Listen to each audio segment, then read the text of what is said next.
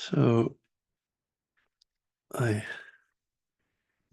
took for my topic this morning the foundational Buddhist teaching on the Four Noble Truths, and particularly drawing directly from the sutta where that teaching is introduced, and at least in the Buddhist mythology, it's said to be the first teaching that the Buddha gave. And it connects really to every aspect of our lives, really, but particularly in terms of the topics here, chaplaincy being, a position of caretaking of those who are suffering, and for my typical audience, addiction also being a suffering-based and clinging-based problem. It addresses those things so directly and so wisely and really so deeply that I find after decades of practicing and studying Dharma that I never tire of exploring the sutta and the teaching itself.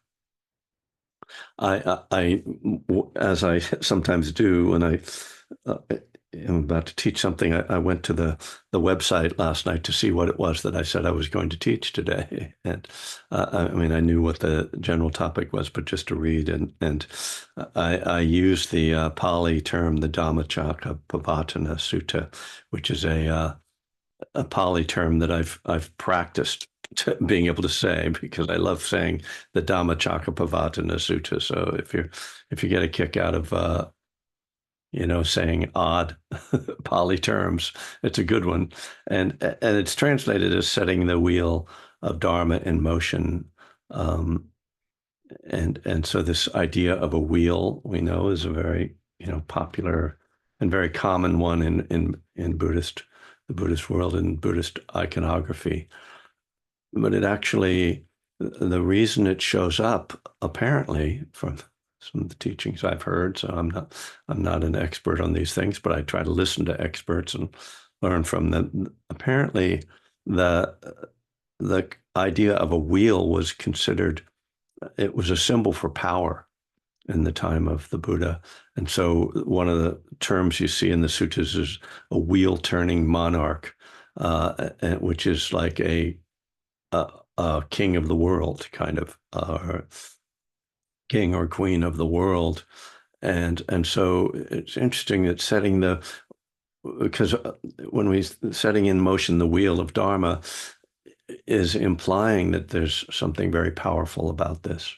And just to frame the sutta itself, it's the way that the teaching is delivered in the sutta is not in the kind of linear fashion we would sort of expect, like if you were getting a Dharma talk today from a Western teacher, because it starts with this idea of a middle way.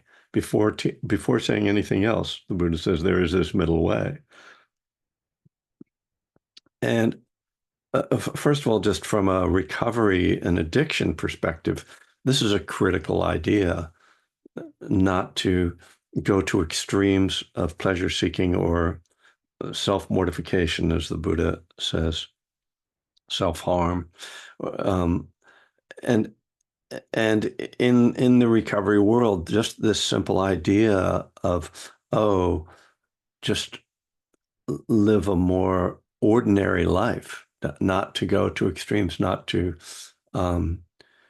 seek out the highs or fall into the depths of despair and self-hatred, but to try to just maintain balance is a critical idea. So even before we get introduced to the these foundational teachings of the truth and about suffering, the Buddha puts out this idea, and one that's a great just uh, sort of goal to have in mind, and a helpful one because it's so simple. When we get into the truths and then the Eightfold Path, there's a lot to absorb. But if when we have these simple ideas to come back to, wait, am I overdoing it here? Am I expecting too much?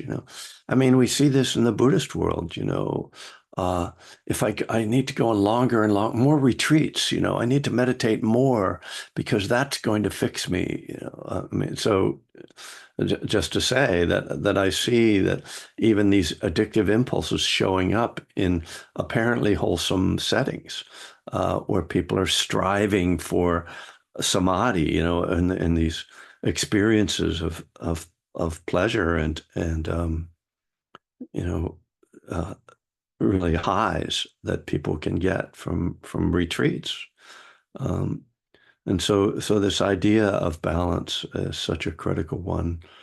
Um, and I'll stop here and just say that one of the challenges for me in presenting to a chaplaincy program is that the idea that, at least that I have, that I think I'm supposed to tell you something that will help you to help somebody else. And I find that a little, I can not confusing, but uh, too complicated for my simple mind. So I'm I'm not going to I'm going to just say, I hope there's something I say that you will find useful in helping others if that's your goal. But I am more oriented towards just offering to you, and you. I hope that you will find it useful in some way.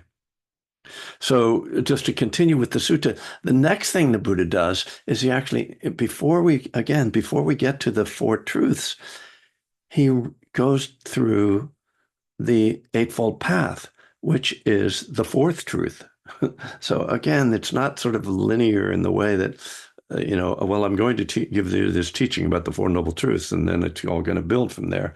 It's kind of, he's got his own logic, and I'm not going to necessarily try to interpret the the Buddha's thinking on this, but just to point that out, that it's quite interesting that he talks about balance, and then right away, okay, here's the path. We got, which is, of course, so important. So, the Four Noble Truths are the theory behind the path. They lay out the cause of suffering, and the suffering itself, the cause, it's the way to end it, its potential for ending.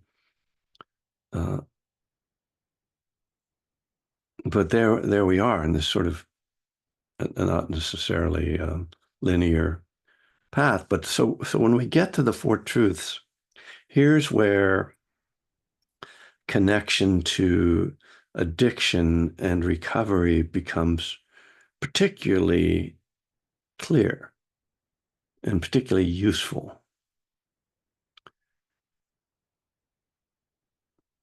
The first truth is the truth that there is suffering. And if you are familiar with the problem of addiction, of any kind of addiction, you know that the first issue to be dealt with is acknowledging that there's a problem. And because the first noble truth can seem simplistic. Oh, there is suffering, birth is suffering, aging is suffering, sickness is suffering, death is suffering. Not having what you want is suffering, having what you don't want is suffering.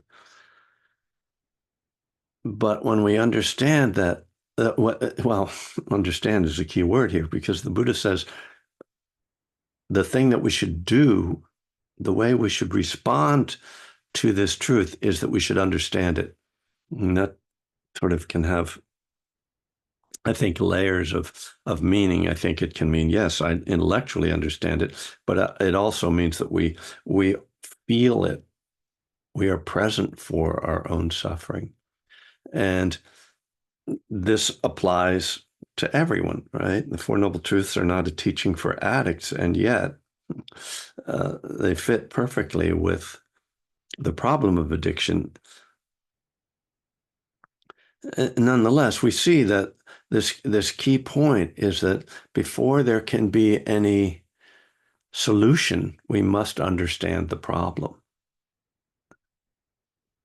And this applies to all of us, right? It doesn't apply to just people with a drinking or drug problem or food or gambling, whatever.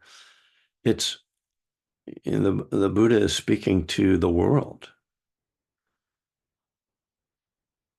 And I think it's really, I mean, I find the First Noble Truth to be fascinating to see how much people are in denial about suffering and don't want to look at suffering. People are afraid of suffering. People are afraid to feel their pain. It's one of the things we learn when we get serious about meditation. We see our minds turning away, trying to hold off, trying to get rid of. So the second noble truth is where we make the direct connection to addiction, because it's the cause of suffering is thirst, is craving. We often add in clinging. So, and it's the multiple ways that craving appears. The obvious one is the Buddha calls sensual pleasure, the craving for sensual pleasure. And of course, we can say, oh, well, that's why I drink, because I like the feeling in my body. But also, obviously, there's much more to it. There's the craving to get away from feelings, to feel certain emotions, um, for elation, um, and for social reasons. I feel more comfortable with people when I've had a couple of drinks. So here we see the issue of self, which is, stated explicitly in the sutta that people that one of the causes of suffering. I'm going to open the Samhita Nikaya. It's the craving that leads to renewed existence.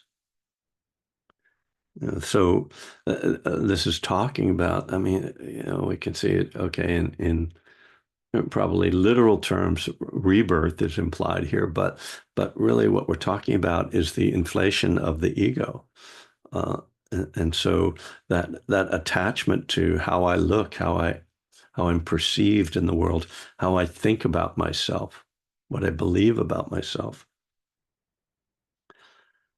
And so this problem of the second noble truth, what causes suffering, becomes more complicated than, oh, I just need to, not, not get eat too much chocolate or something. It's really this craving to, for all kinds of pleasure, and you see it when you meditate. You get bored, and then you start fantasizing. Well, that's craving, right? It's craving to escape. It's craving to feel good. So this is, in many ways, I think the most difficult issue that the Buddha puts before us. And when we look at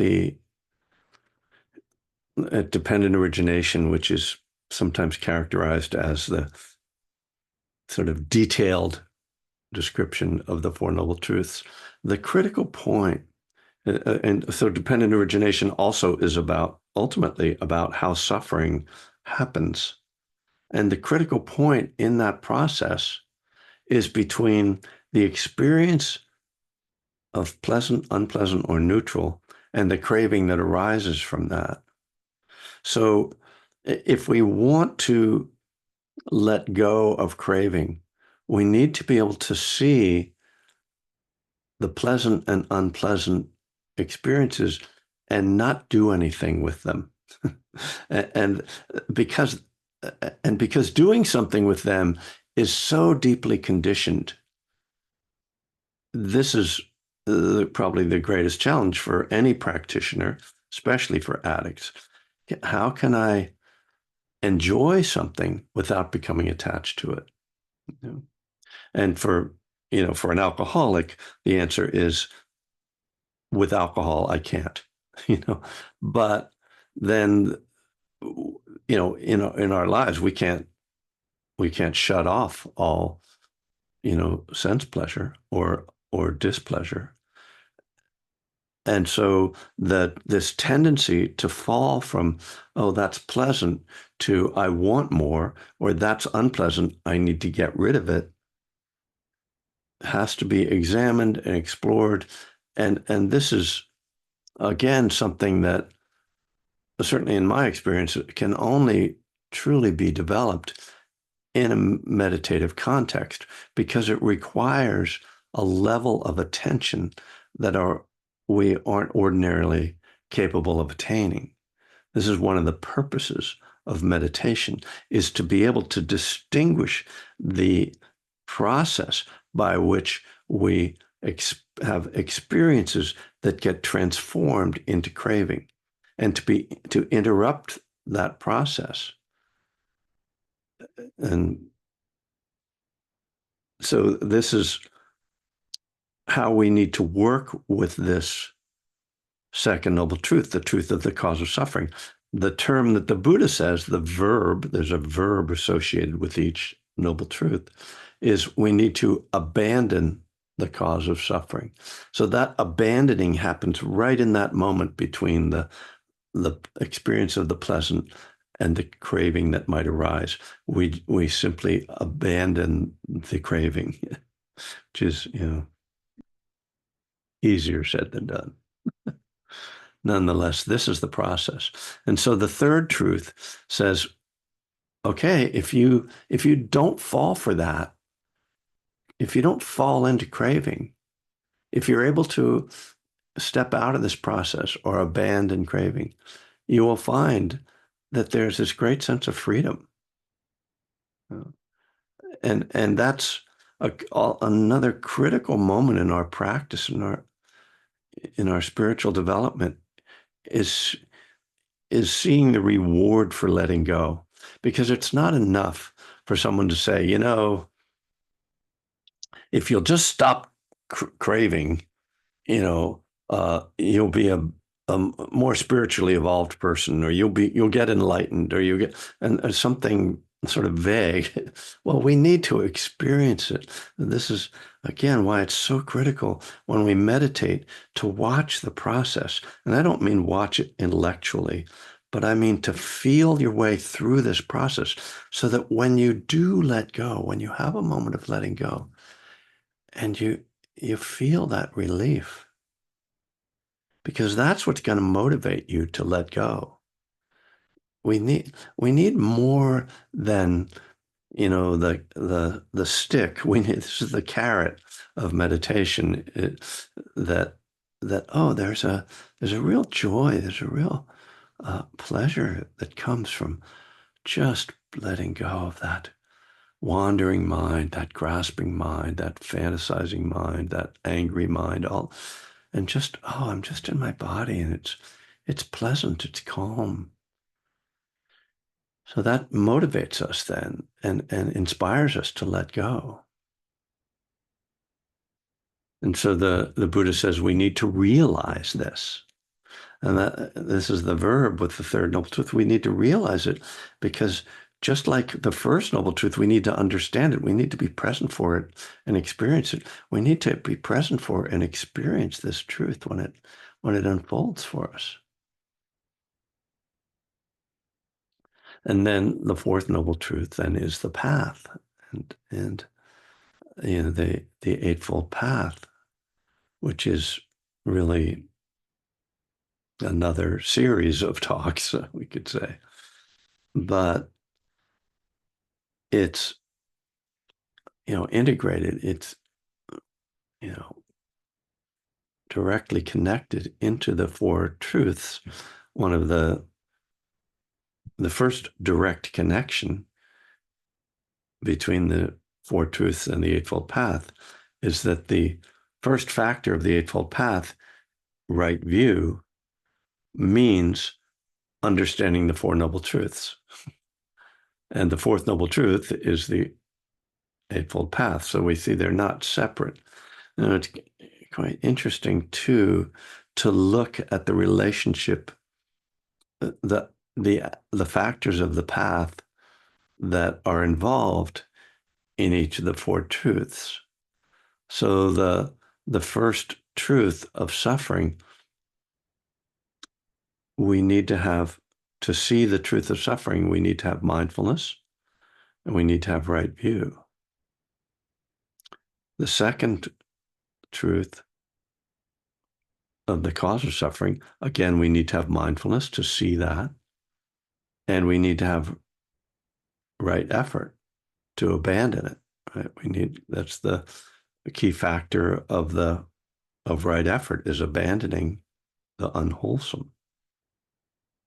So the third truth, the realization, comes back to right view, and again, mindfulness, to see what's happening, to understand this process.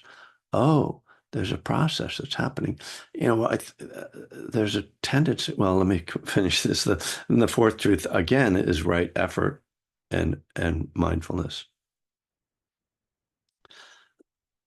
There's a tendency, at least in my experience, in my own practice, to to meditate just for the let me put it another way. My failing as a meditator, particularly the first decade or two, was a lack of investigation. And it's investigation, which is one of the 7 factors of awakening, is a very tricky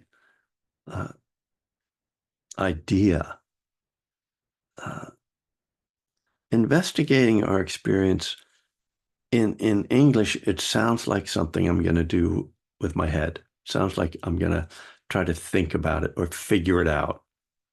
And we know with meditation that as soon as we fall into figuring out, we're just grasping. It's actually causing suffering. Like, I need to understand this is just a form of desire, right? I want to know. Well, wanting to know is dukkha, because there's a sense of something that I'm lacking, that I need to get. So right away, I'm in conflict with my experience.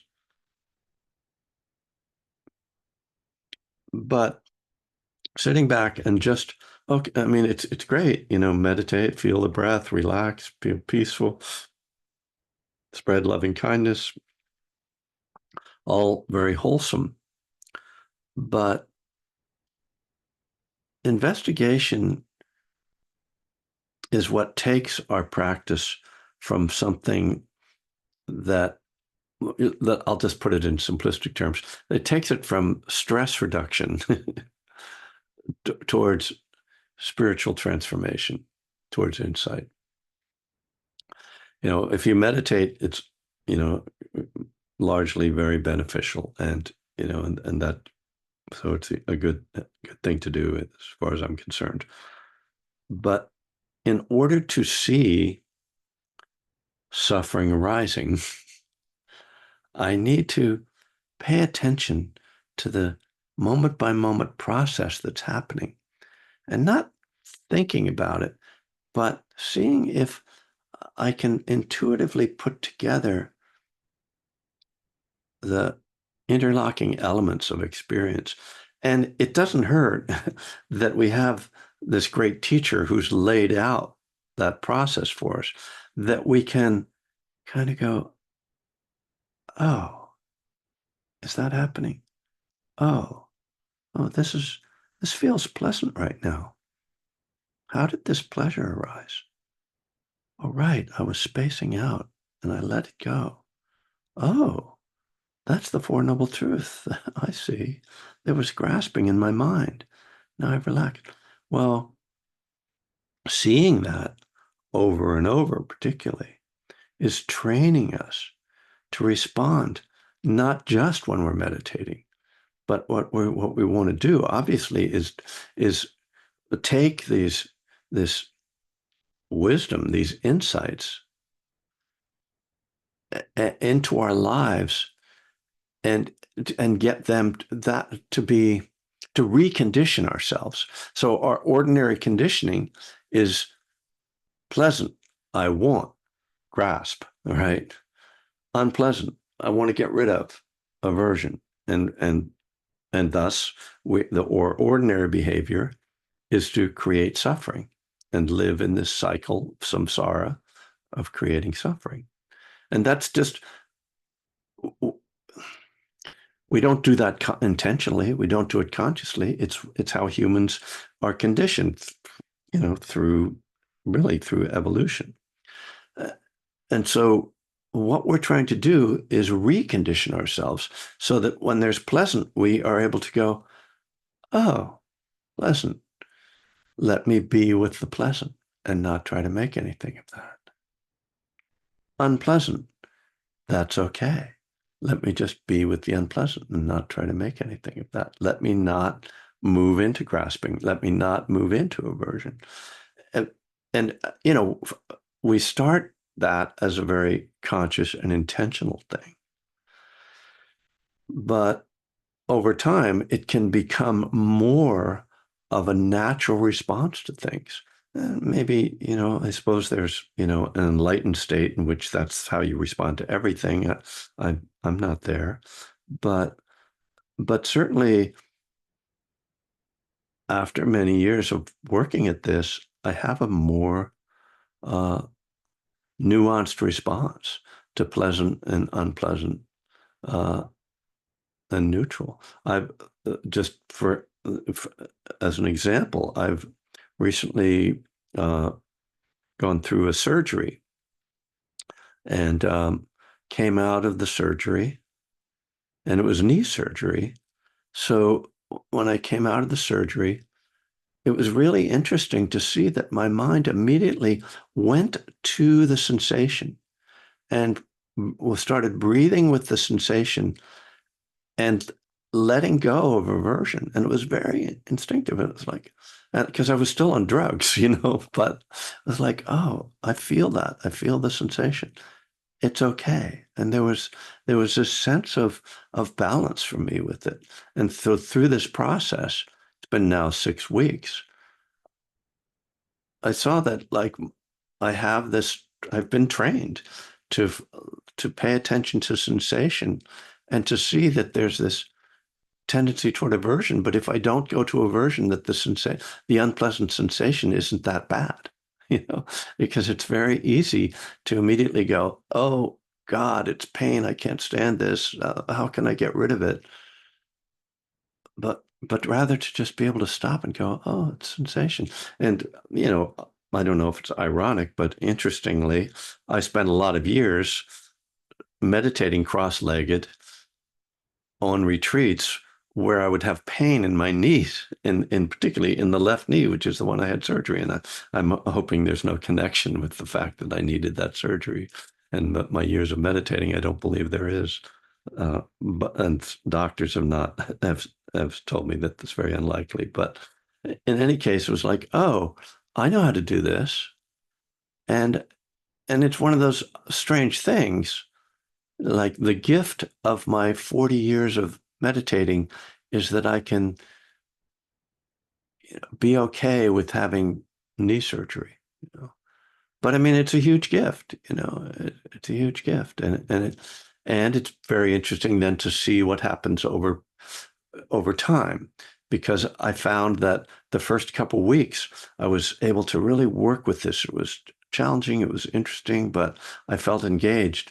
And then I started to see how my mind got tired of it, and I started to slip into moods and aversion to it. So just to see all that. But this is our practice, is to transform these habitual habits of grasping into habits of letting go. And again, coming back to this broader theme of this talk about recovery, that's the training that an addict has to go through.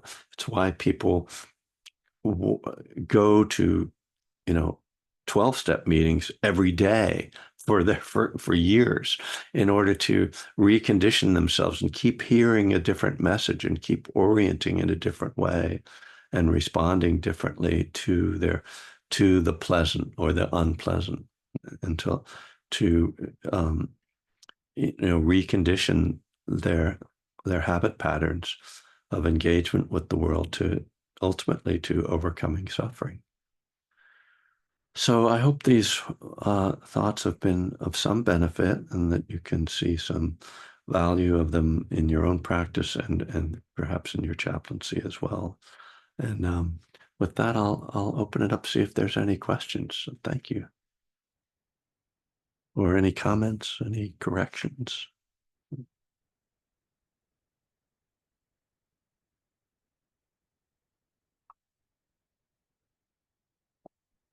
We could, if people want to use the raise hand function or just unmute and start speaking, anything is okay with me.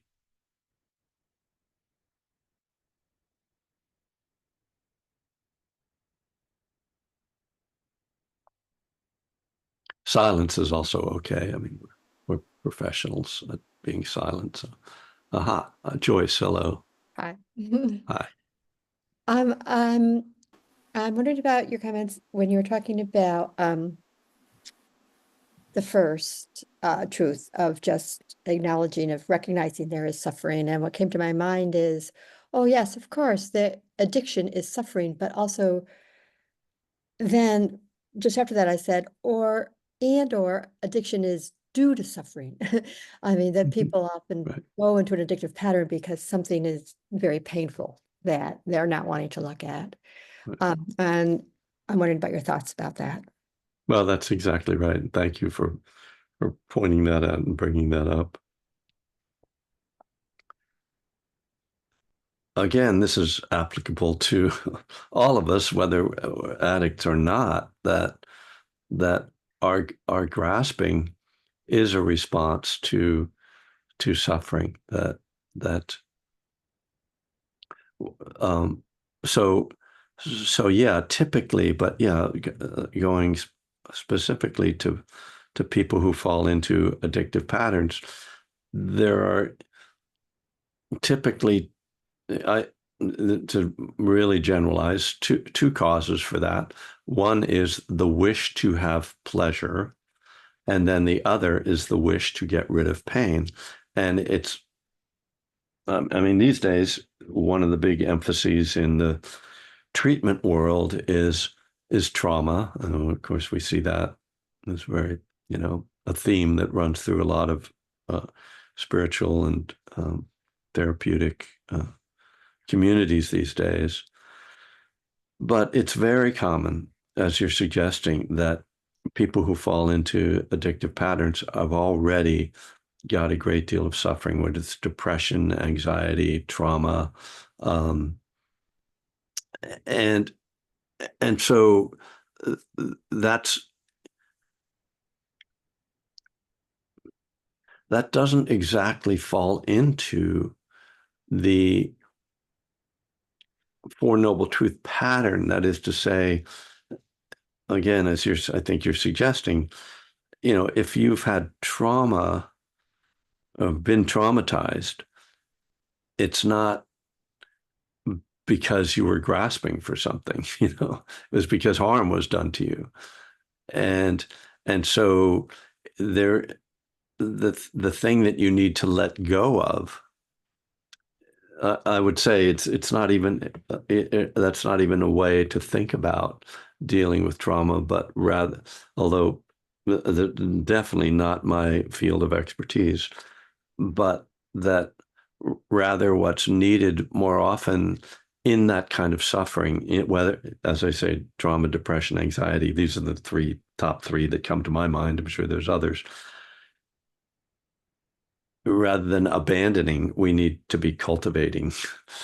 And by that, I mean cultivating self-care, which is, I did not mention that the fourth noble truth, the verb associated with the fourth noble truth is cultivation or development. And so these are the two approaches, right, that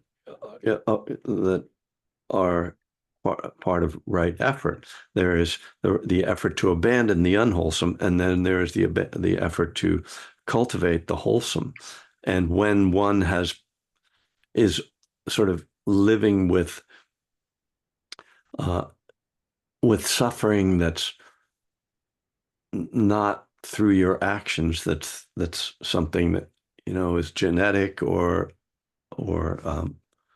is caused by circumstances of your life.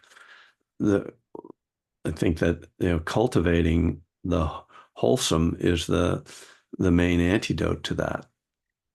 Working with loving kindness, working with compassion, uh, is samadhi, insight, uh, sila.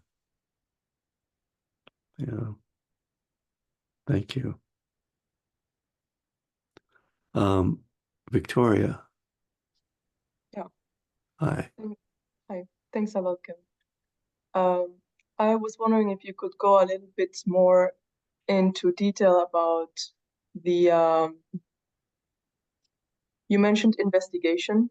Yeah. And so in the context of a meditation specifically on addiction, what exactly is the investigation that we're doing, and what exactly is the object of attention? What should we exactly investigate? Is it our feelings or our craving, or do we focus? Because I was thinking, if I focus on the object of my desire, Mhm. then I'm afraid that it'll end up being worse. Yeah. That's a really good point. And so first of all, yes, it's feeling. That to me is the the key to investigation, because if when we investigate through feeling, that takes us out of the proliferation, the papancha, the mental proliferation of trying to figure things out, and we're just, oh, I can feel this unpleasant feeling or this pleasant feeling, and oh, I see what my mind does when I have that feeling. Or I see the types of thoughts that arise with that, and I see what happens when I stop following those thoughts. So that's the kind of basics of the investigation. But your point about focusing on the craving itself is a really important one, because my sense is that for addicts, once craving has arisen, it's almost too late to interrupt the process. Now, it's possible, and certainly people do manage. And there's a typical instruction they'll give you in an AA meeting, like if you're craving a drink, call your sponsor. But in my mind, if you're craving the drink, most of the time you're going to be like, screw my sponsor, I'm going to go have my drink, And so this is why cultivation and self-care and doing the work that keeps the craving from even arising is so important. and so it's at that point, I don't think that's meditative work initially. I think meditation comes later in this process, because if we're talking about somebody who is kind of on the edge, trying to not to fall into, a relapse or, a binge, for them to meditate, if they're in that state, their mind isn't stable enough to meditate in a constructive way. And that's why, if you look at the 12 steps, a meditation only comes in the 11th step. There's a whole process that's recommended before that. And so to me, if somebody is, at risk, they should be working, actively engaged in a program, and probably, very likely in therapy, and kind of taking care of the external. It's even in the way the Eightfold Path is traditionally laid out, Sila comes first, right? It comes before the meditation, the behavioral aspect of the path, the right speech, right action, right livelihood. That's the foundation. So, meditating and trying to be mindful of craving, you would have to have a very powerful concentration, and if you have that kind of concentration, you probably aren't having craving. So it's sort of, a catch-22 there. It's more important to establish the recovery part, and then maybe you can be attuned to the feeling stage that you're referring to. And if you can be with feeling without reacting, then you can undercut the craving from arising. But again, in order to have the subtlety of awareness and balance of mind, to be aware of feeling without going into craving, that already depends upon a fair amount of samadhi, So I'm not sure if that answers your question, but Thanks a lot. yeah, thank you. I mean, certainly, if you're trying to help people that are addicts, yeah, I've never suggested to people that meditation was a recovery program. It's not. And Buddhism can be a recovery program, but you really need a community. The community is comes first. It's kind of the opposite of Buddha, Dharma, Sangha. In recovery, it's Sangha, Dharma, Buddha. Neil, hi. Kevin. So, wondering if you could go into some more specifics about how these insights into suffering show up when you run into an addict or someone. I mean, what does it look like? Right. I mean, you have some empathy towards the person. I guess you understand what's going on, but how does it affect your interactions? Mm. So, yeah, let me think. So the first thing that comes to mind is that I have the Four Noble Truths in mind, which means that I see their suffering. And what is the wholesome and skillful response to seeing someone else's suffering? It's compassion, right? That's like a standard Buddhist idea. And so the first thing, we need to bring compassion, because otherwise being with someone else's suffering is difficult, and we can fall into aversion of it, or the opposite of that, we can fall into trying to fix. So we have to be really careful of these two poles of responses. to the suffering in front of us? Can I be with it without it taking me over in a negative way? And can I be with it without the feeling of that I'm responsible and have to take care of it? Only when I can have that balanced state, the two extremes, the middle way, can I then have clarity about a wise response.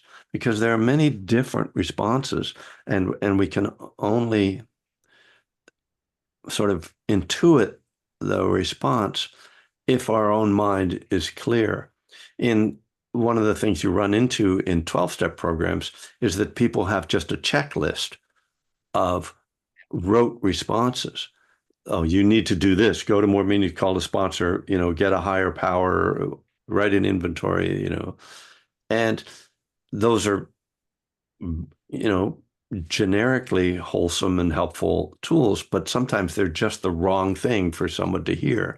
So once we have that balanced state of compassion, we need to listen mindfully. And again, intuitively, like, what am I hearing from this person? What do they really need? And then we have our toolbox, the recovery toolbox, again, which is meetings and support, whether it's a sponsor or treatment, therapy, self-care. We have all those things to offer, but we're responding. I think it's really important to respond individually to people and not to just say, oh, this is one size fits all. Oh, does that answer the question? Yeah, there was a lot there. Thank you. Oh, yeah, sorry. Well, they're recording this, so you can go back and I've been around this whole thing too long. It's too much. My brain is, Thanks for the question. Hello, John.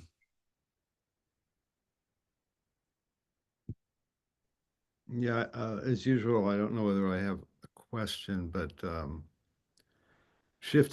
shifting, but actually, there's the recovery part of this talk and addiction, and then there's the chaplaincy part. Yeah. So thinking of almost chaplaincy as an addiction. Go for it. I try that. I mean, I didn't know I was going to say that actually. But the sense that we are all in a hospital or a prison or wherever we are, where people have been, sort of suddenly uprooted from what they have been attached to, what they're attached to, and then we're attached to connecting with that in some way to be helpful.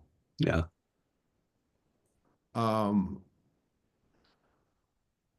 And knowing ourselves about addiction and 12-step, if we've done that, and knowing ourselves and studying, contemplating Buddha Dharma, there may be so much of a mismatch between the views and tools we have and whatever they're familiar with. Sort of shocked state. Yeah. Yeah. It seems that the investigation of like what the sort of wealth of human experience as a mammal, as a parent, as a child, as a grandchild, as having ancestors and a body that's evolved is in some way what the Buddha was pointing to, but it has gotten so much deeper with our sophistication. And we have a lot to add to Buddhism or to enrich Buddhism with in terms of this. Oh, I mean, even we've got what do we have in terms of really being able to see through our conditioning, the depth of conditioning as a human. I don't know where I'm going with this. All I can say is that being able to feel and resonate and stay grounded and feel that we have some enriched soil that our roots are in, it seems to be essential. Nice. For sure. I think the last thing you're saying is you can't give away what you don't have in a way. So if you're going to be of service to others, you need to have done work on yourself, right? I mean, there's a few things you brought up that resonate for me. The first one is when you said addiction to chaplaincy, that's the shadow of service, is that feeling that, you need. I mean, it can take different forms, but it comes down to I'm not going to be okay unless everybody else is okay, and they're not going to love me unless I take care of them, and I'm not worth taking care of. So, but these other people are, and so there's variety of different ways that shadow appears. Thank you. I think in some ways that's what I was driving towards, is sort of like, for me, it's seeing myself as special. Yeah. And feeling some addiction to that. Well, right. And that's the ego part of the second noble truth, right? And that need to be somebody. I'm a Dharma teacher, I'm Kevin Griffin. I wrote a book. I'm an author. I'm an authority, Okay, everybody came here because of me, Yuck, icky. But there was something else you said that okay. Oh, it came, it went, it flashed across my brain so quickly and went away again. And now I've forgotten it, so maybe it'll come back. It looks like we're at the end of the official time. Yes, Yes. we are indeed. Thank you, Kevin. That was a full hour. Went as quickly for everyone as it did for me. Thank you so much. Thank you for joining us. Thank you everybody for coming and for your questions and your engagement this morning. I'm putting a link in the chat there. The chaplaincy, the Buddhist Chaplaincy Speaker Series benefits greatly from dana and donations. So if you feel moved to make a donation today towards the series, there's a link there in the chat. So we'll say goodbye, and if the Sati Center students, current and past, if you would like to stay on the call just a little longer, then please feel welcome to do so. And otherwise, we will say goodbye to everybody. A huge thank you to Kevin. Thank you. Thank you so much for being part of our community today. That was fun.